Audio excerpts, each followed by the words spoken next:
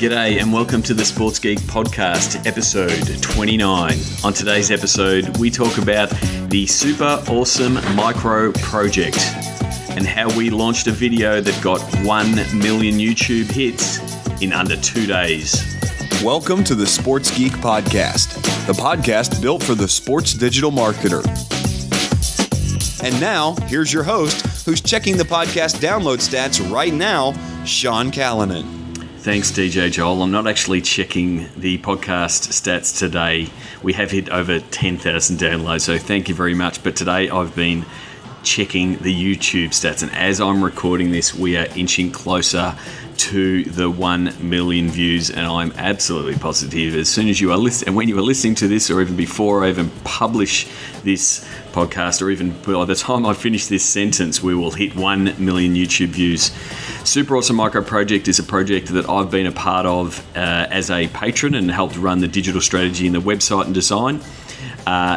It's a project where we helped a teenage kid from Romania build a full-size car out of Lego. I won't explain it. I will get the founder of the project, Steve Sammartino, to explain it in my discussion on halftime, and then later on we'll talk to author Trevor Young, the author of Micro Domination, about PR in the world and how it's affected the Super Awesome Micro Project. But first, here is my discussion on halftime with Kevin Hillier and Steve Sammartino.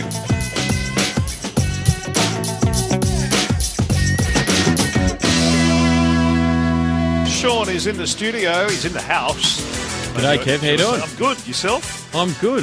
Now, you're going to tell us about something that is just truly amazing. I've just had a look at it, and it blew my socks off. Yeah, four words: Super Awesome Micro Project. Right. And if you check out either the Halftime Twitter feed, Halftime SCN, or Halftime on Facebook, you will see a video of a full-size Lego car driving down the street. It's quite remarkable. And when you say full size, there's a bloke sitting in it. It's a bloke sitting. It's built like a hot Driving rod. It's got mag wheels, and I'm lucky to be part of it. A mate of mine, Steve Sammartino, was one of the guys that founded it and sort of said, he knew this, and this is a strange. It's an international thing. He knew this kid, this teenager in Romania, who's who's actually a teenage genius who wanted to build a car, full-size car out of Lego, like mad type of, what an idea, what a dream. And he hit up Steve for some money to do it, to say, come on, how do we do it? How do we get this project going? And so Steve sent out a tweet and said, who wants to be part of this project? Who wants to help out? Let's see if we can get this up off the ground. So, and Steve's actually on the line joining us right now. How are you, Steve? Hello, Kev. How are you? Yeah, good, thank you. It's the most remarkable thing. Now, give us that. You can jump on, obviously, to our Twitter, but if the four words are SuperAwesomeMicroProject.com. If you pull over, don't do it while you're driving. Yeah, no. Have a look. It's on YouTube. Just Steve, I was just talking about your relationship with Rao and do you want to tell us 80 weeks it's taken 80 weeks to build. Do you want to give us a bit of background on Super Awesome Micro Project? Yeah, well, it's funny because Raoul's an internet stalker. And he found me on the web. We had connected over blogging and various things. And a stranger from Romania asking you for money from a foreign country. Normally people say no, but I just thought I might say yes. Right. So I did that. And he was a bit of a tech genius. He'd already built a jet engine. We put a Lego space shuttle into space orbit about 18 months ago, and then we conceived this project. But it would be a little bit more expensive. So I thought, as much as I want to invest in some fun stuff, given it's not really a commercial project, I decided to crowdfund it and put it out on Twitter. And so we had it's pretty much mainly from people in Melbourne. So 40 people who we knew each other from Twitter were like, "Yep, we'll help out." Rao spent time in the Samp cave building it. We had it shipped out. Do you want to tell us about what it was like opening up the container after it got here in Australia? I've got to be honest, it was pretty disappointing because we opened the container and I was expecting to see this amazing Lego car, and what I saw was amazing amounts of Lego just piled up. So we pretty much had to rebuild the thing. So that's where having all these 40 patrons who are part of the project all come in, and we all had 18-hour shifts of labour, everyone rebuilding the car. It was good because we had a template to build it, but we had to do a lot of rebuilding. But it actually made the whole thing fun. So Kerry, the producer, is a bit of a skeptic. She saw the video and she goes, "I don't believe it. I don't believe. How did it run?" How can she not believe it? It's there. I know. I'm a pretty trustworthy guy, but she doesn't. She trusts me, but she doesn't believe it. How does it run? Well, it runs on air. So, and we say it runs on air because it sounds interesting and terrific, but it's really compressed air. So we have compressed air that goes in through plastic Lego tubes into some little pistons. It's got 4 radial engines with 256 pistons, and those pistons get pushed up and down by the air, which turns a drive shaft, goes into some gearing, and pushes the car forward. Which you can see in the video. When you look at the video, you look at the video, you see all the little pistons firing, and it was a moment of truth when we did the filming, because we'd built it, we'd seen the engine run, but it was a bit of, what were you feeling like, Steve, when we finally got it on the road and we're like, okay, we're ready to go?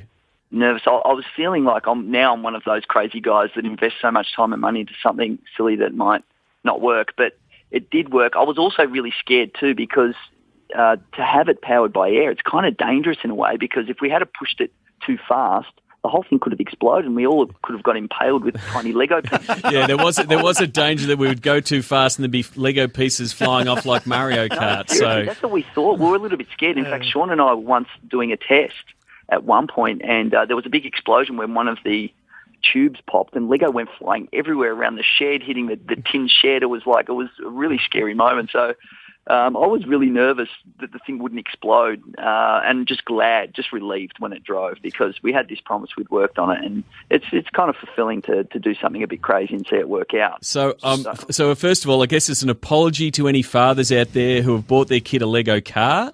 They're going to see this video and going to be terribly disappointed, Steve. The benchmark's just been pushed up. Well, you got to push. That's what the internet's all about. It's about connecting and raising benchmarks. Super awesome micro project. That's we've had a few SMSs wanting to know how fast can it go? Does it have a little Lego speedometer? It does have a little speedometer. You'll see that in the video. But look, we think that we know that it could push about 20 to 30 kilometres an hour, but it's obviously quite fragile.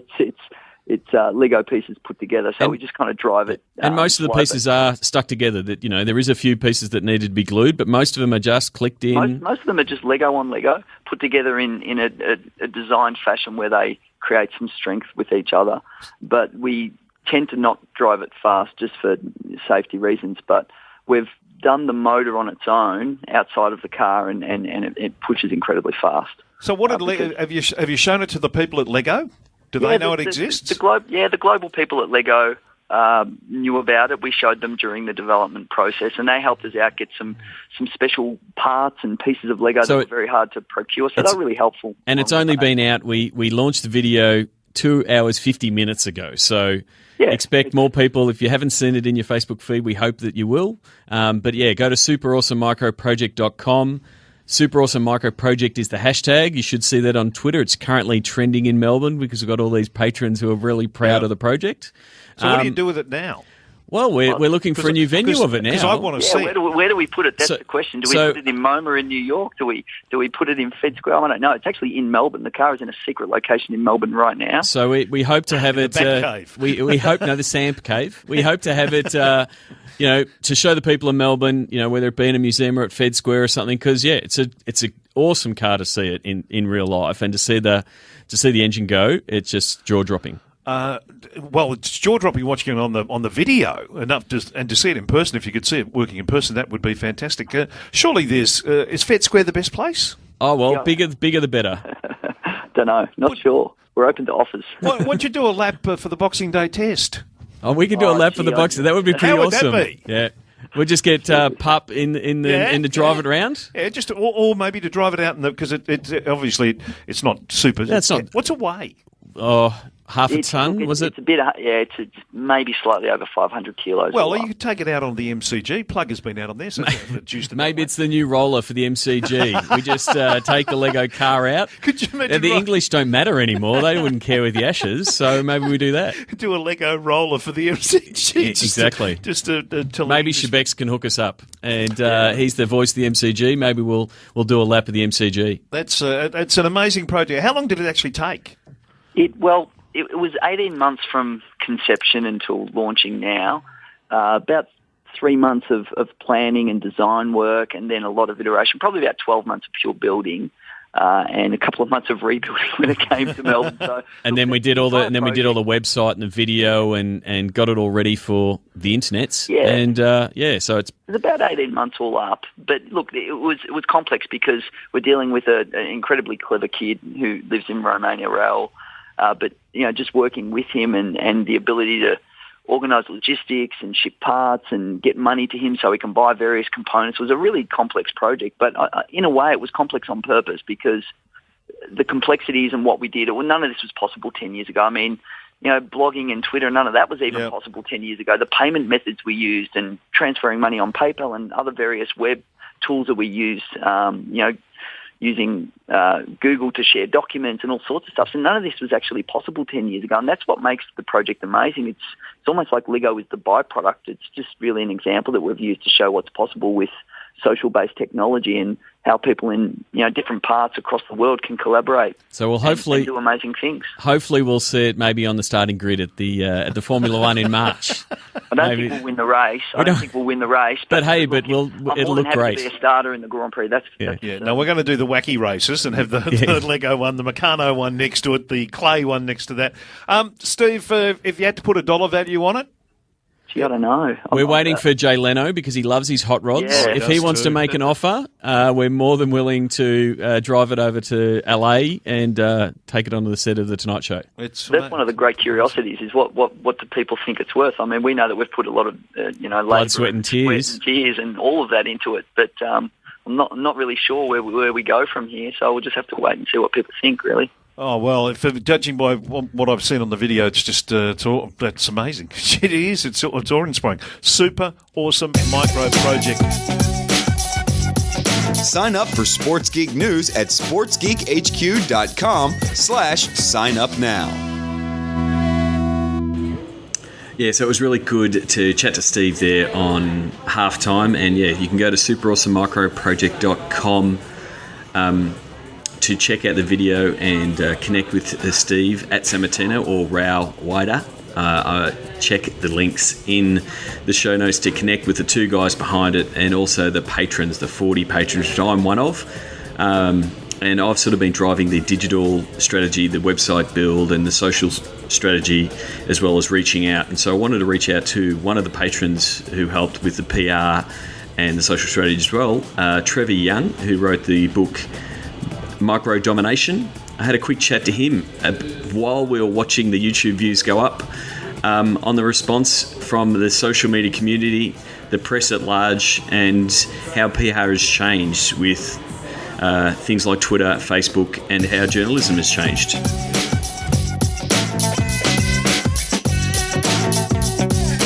I've got a very special guest and a fellow Super Awesome Micro Project patron and a good mate of mine, Trevor Young, the author of Micro Domination and also known on the internet as the PR Warrior.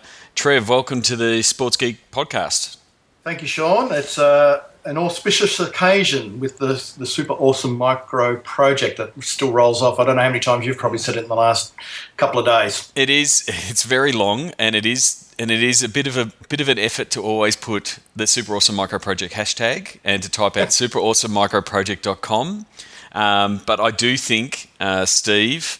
I make sure I say Steve every now and again because people keep calling him Sam. Steve Sammartino. The long name has stuck. Like it does make it memorable. And earlier we were just speaking with Steve on SEN, and we got off the radio, and Jim Stewart, a good friend of ours and one of the blokes on Business Blokes, called me up and said 200 people. As soon as I put the call to action on SEN, went to the site, and that was in the first 2.5 hours. I think we launched it 2.5 hours before I was on SEN, and here we are, a little bit over 28 hours later.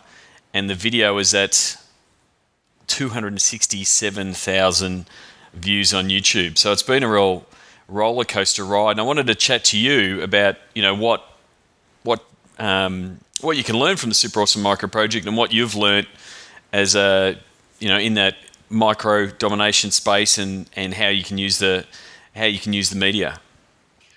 Yeah, like Sean, there's a couple of things that I've found really interesting. I guess often that you see these things that go viral, and I'm a bit of an anti-viral. You can create the viral video and stuff like that, and 99 times out of 100 it doesn't work, but because it's the people who make it viral. But we just, right from the day one, everyone just thought this was an awesome project, and a really good idea will carry. Yeah. And it's not a PR stunt or anything. A genuinely good, authentic idea that people like and find really cool. Chances are, if it gets some traction, then it'll carry. And I suppose good being on the inside of this one and seeing that from the inside and how it's been done.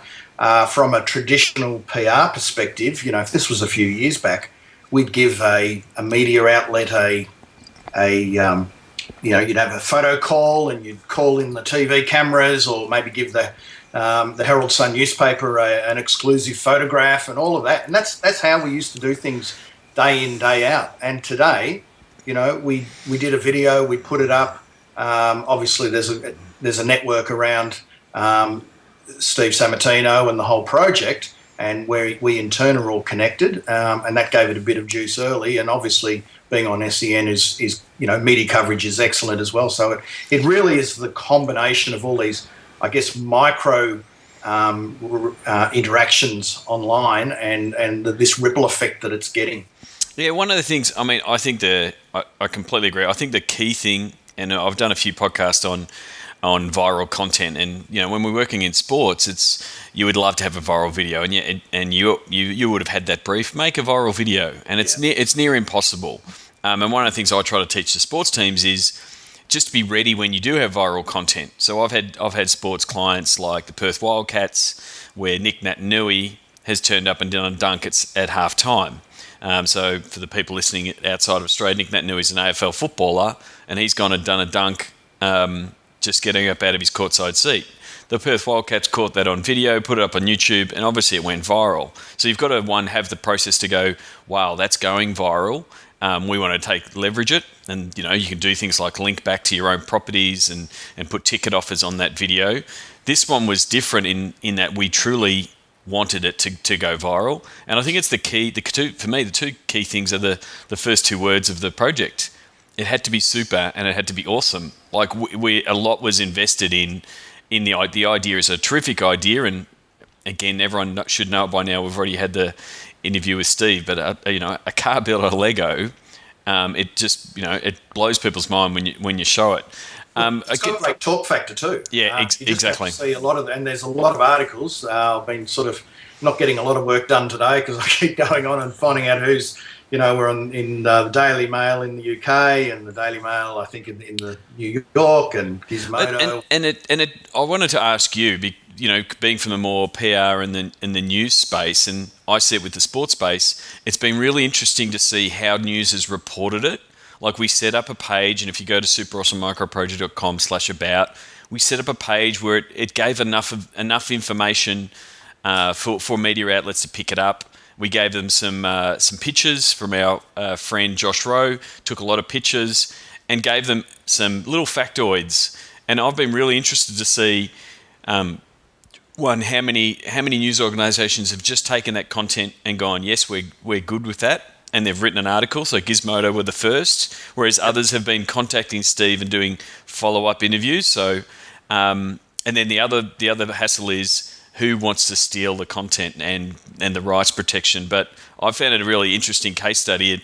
The culture of the internet now makes it first is best. So they're really being really lean in taking that content and putting it up quickly to be the first to break it.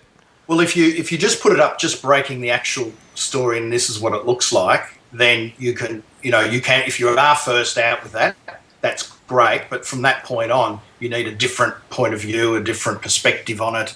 And that's if they interview him and they interview Steve, or just can take another angle to it. That's what readers expect, because they can find the basics just about anywhere. Yeah, and I think, and I'd like your take on it, because you've really been at the forefront of understanding the social space from a PR point of view.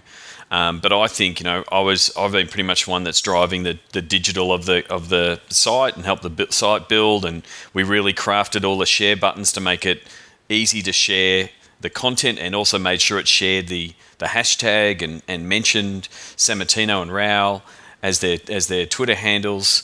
But what we've also done is use social media to reach the media. Yes. I as an example, I sent a message to Charlie Pickering, who was at my Twitter brekkie last year, just to say, hey, have a look at this. And I sent it to him yesterday, just after we launched it, not expecting him to go, yep, I'm going to go with it. But yeah, what is it now? 20 hours later, the project have finally sent out a tweet, and there's every chance that Steve will be on the project tomorrow. But it's sort of you've got to build those relationships up online and in the space, and the really savvy operators are using Twitter to find out what the latest trends are. Well, they are, and I think the whole notion of PR is it's public relations, it's relationships with people, and it always has been. And it's just now that you might not pick up a phone to get to a journalist or a blogger or a media person. I mean, everyone's a journalist somewhere along the line. It's that being able to ping them on Twitter and get their attention that way. And I know there's some people out there with 10, 12, 15,000 followers on Twitter. Often they've got a global audience. You just need one other person to pick that up from who are influential, and it can go off in all different directions. And I've pinged a couple of bloggers who will definitely take a different take on it as well. The take that I like on it is the fact that it's how one person put out a tweet and could seed fund, at least get the project going. There was 40, as you've called them, patrons or champions who put money in, and that was as a result of one tweet from Steve Sammartino, and that to me is a lot of trust. Some people didn't even know him or had never met him. Yeah, that's the thing. We did go through that. There were people. We turned up for the over 80 weeks ago for the first SAMP meeting, and there were people turning up for the first time going, do you know what this is? and we all put in $500. Some knew, some just trusted Steve and built up that trust. But yeah, it's definitely been a roller coaster ride. From opening up the crate and seeing the pieces are broken to getting it up and running and on the road. And it's only been more of a roller coaster ride since. Like, it's been absolutely fascinating watching how Twitter has picked it up, how Facebook, has driven a lot of traffic. I do think, and I think it's going to be a really big year, 2014, for Google Plus and YouTube. Like, the amount of traction and interaction that we're getting because now Google Plus has tied into YouTube comments. Yeah. There is a lot of virality to that. Like, the fact that people are commenting with their actual real faces, real avatars. I think, the stronger that YouTube ties with Google Plus and vice versa, I think Google Plus will be a big winner out of that. Yeah, I agree. And I think I've been really interested in looking. So I looked at the Gizmodo article just before, and it's probably jumped up again, a couple of thousand, but it was about 13,000 likes on Facebook. And I don't think we can underestimate the power of that.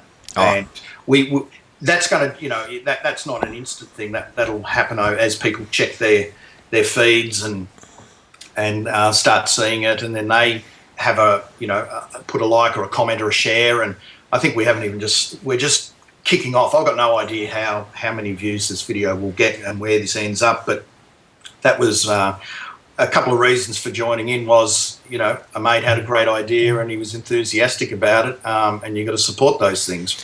But the second one is, it's really interesting to see what will come of this. Yep. And also to be on the inside and follow the journey of as it unfolds, as to try and do a little bit of a case study. I know I'm going to have to keep Googling for the next couple of days. And follow that. Well, there's hashtag, there's Lego, there's everything we're following. Yeah, exactly. And Google Alerts keeps popping up. But yeah, we are doing this podcast in the midst of Super Awesome Micro Project. I'm definitely going to be breaking it down as far as what worked, what didn't, and especially the way to actually, one, reach the media and get that extra coverage if you have got something. That kicks it along again. Kicks it along, and, fingers crossed, I've made a connection with Sam Laird at Mashable over time. He does a lot of the stuff around sports, and hopefully, Steve's in the process of writing back an email and hopefully be on Mashable tomorrow. But, we made some big targets of we want to be on Mashable, we want to be on Wired. Gizmodo was great to pick it up early, even if they did get the conversion of kilometres to miles per hour incorrect and said the car went a little bit faster. But, well, hey, we're not going to correct them. People believe things on the internet. So, yeah, it's been an amazing ride. And so I will have... I guess one more thing I just wanted to say, because it was advice that I've given both Steve and Rao, and we've mentioned him on the podcast before, Gary V, with his latest book, Jab, Jab, Jab, Right Hook. I said to Steve and Rao yesterday, I said, what you have to do tonight is you have to go back and like and comment and favourite every person that said, what an awesome car. And Steve at least said, I don't want to do that. I don't want to be blowing my own trumpet. And I said, well, you're not really. You're being humble and you're saying thanks, and it'll come back tenfold. And it will. It certainly will, and that's obviously that's the Gary Vaynerchuk style as well. He's big on even though he's massively popular, he still finds time to get out and acknowledge where he can, and I think it's a good strategy. And I was just looking before about, you were talking about the media and how they've picked it up as well, the more traditional media, and how it started, small with people tweeting and Facebook and all of that and Google Plus, and then a couple of the bigger hybrids, I call them, they're sort of halfway between traditional and a blogger, pick up on it, and then that kicks off a stack of others, and then the traditional media pick it up, and then that reaches an outer audience again. Yep. And so it's just going to keep ricocheting, I think, around that. So I think the boys are going to be kept busy with their interaction and their engagement with their burgeoning online communities. Well, we're waiting, hopefully, for the first a tweet from the Pope, because Jim Stewart's been keeping an eye on all the analytics, and apparently we had a hit from Vatican City, so it must have been the Pope who's already checked out the car. So we're thinking about building a Lego Pope mobile, potentially, is maybe the next project. Well, that'll be double super awesome, wouldn't it? Exactly. Thank you very much, Trev, for joining me on the podcast, and look forward to see where this thing ends up. Thank you, mate. Cheers. Check out which teams work with Sports Geek at sportsgeekhq.com/clients. Thank you very much to Trevor Young there for joining me and have a bit of analysis of the super awesome micro project. And as I said at the start, I thought we might hit 1 million views, and as I'm recording this, we have just ticked over 1 million YouTube views. That noise there tells me to dedicate the episode. This is episode 29 of the Sports Geek podcast. I'm going to dedicate it to SEO's Kevin Bartlett, who wore number 29 with distinction for 403 AFL games for the Richmond Football Club, and I'm sure a few Tiger fans out there would like that dedication. That wraps up another episode of Sports Geek Podcast. For this week's social media post of the week, I can't go past Steve Sammartino at Sammartino with a simple tweet replying to his initial tweet that asked people to invest and help out with the Super Awesome Micro Project. That tweet is in the show notes, sportsgeekhq.com/29. That wraps up the show. I will have as many links as I can in the show notes. Thank you to Sam Laird, who, again, as I was recording this podcast, published on Mashable, so that you can check out the air-powered Lego car on Mashable. So thanks again to Sam for doing the article for us. I'll have links to the Nick Nat Nui video I discussed, and also a few of the other links discussed throughout the episode. Another thing that I will link to, we did have a good chat with Steve and Raoul in the Super Awesome Micro Project cave in the final few days of the build on the Beers, Blokes and Business podcast. So if you want a little bit more backstory and really just understand some of the trials and tribulations of the project, building a Lego car in a cave in Romania over 18 months. Raoul went through some really dark times, and we talk about that, and we also talk about the funding and sort of the ways that we went about promoting it. I'm going to have a full breakdown, most likely after Christmas, when maybe this thing slows down, of all the digital marketing efforts that we put in, some of the changes that we made, just the journey itself. It's been absolutely amazing.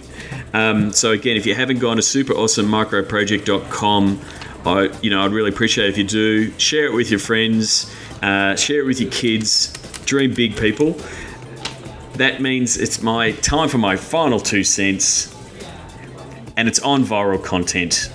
If you want something to be viral, it has to be super, it has to be awesome, and you have to embrace your crowd. Cheers. Please leave a review on iTunes. Go to sportsgeekhq.com/iTunes. Find all Sports Geek podcasts at sportsgeekhq.com/SGP. Sign up for Sports Geek News at sportsgeekhq.com/sign-up-now. Thanks for listening to the Sports Geek Podcast.